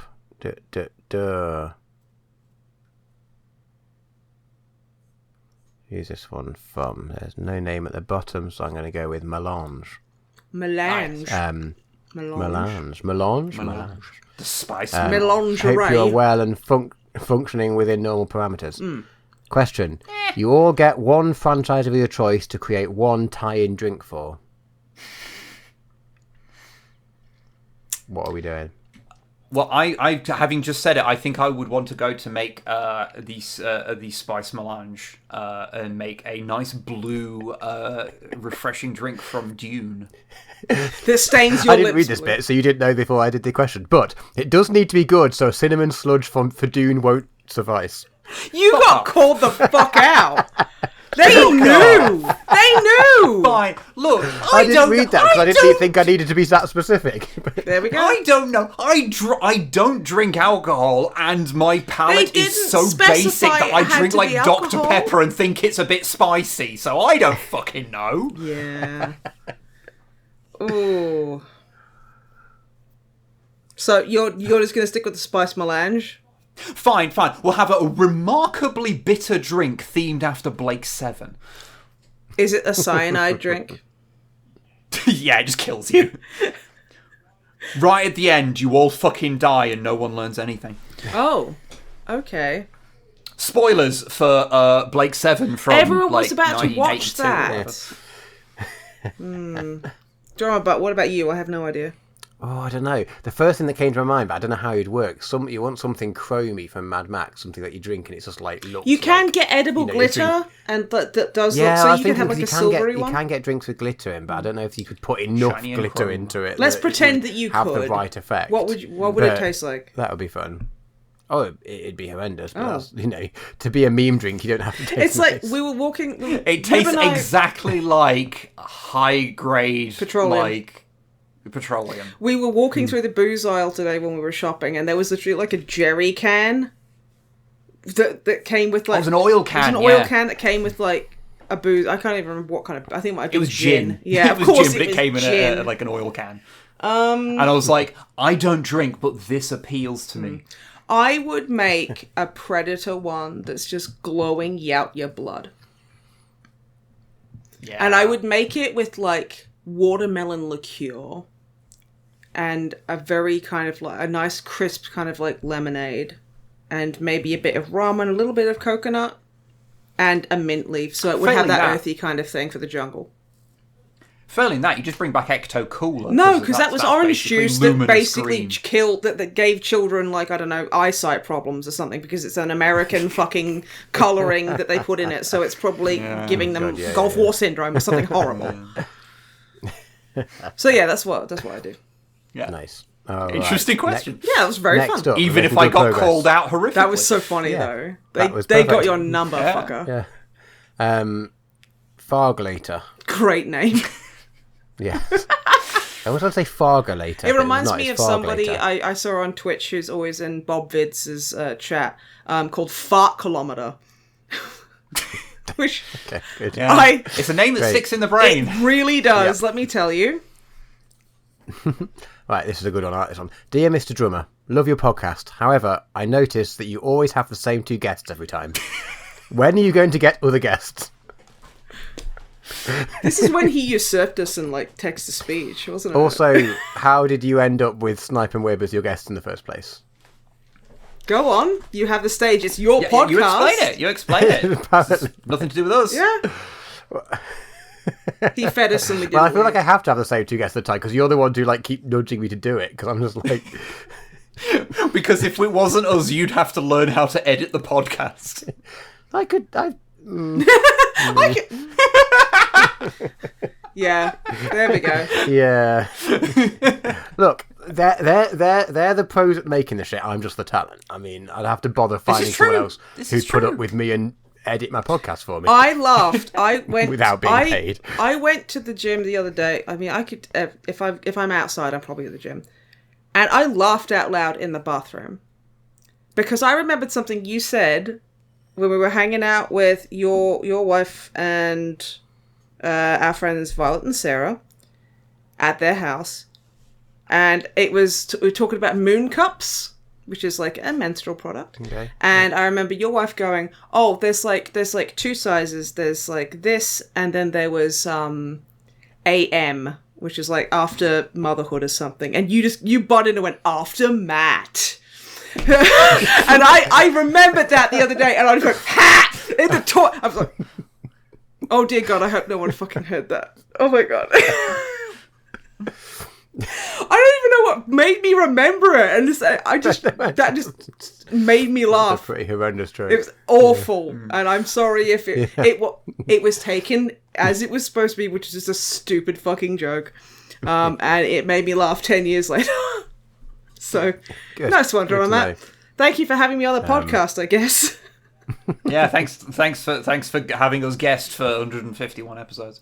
140. How many did you do without me? Too many. I think the first 7 were just the pair of us. Yeah, and everyone was like, "This is shit. Bring the host in." And we were like, "Guess we got to bring the guy." It was really weird that the main host didn't join for several episodes. Yeah. It was a weird way late. he started. Yeah.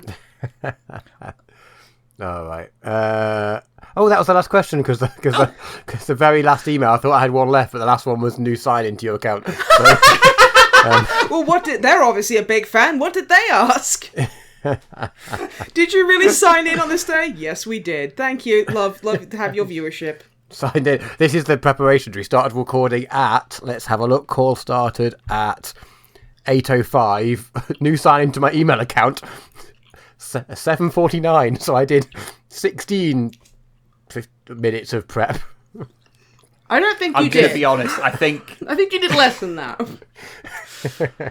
You see, I think that this podcast has sort of, as it in its current form, has reached kind of its peak, which is that we've managed to reach a point at which we can put out an episode, but do the least amount of work for going into it humanly possible.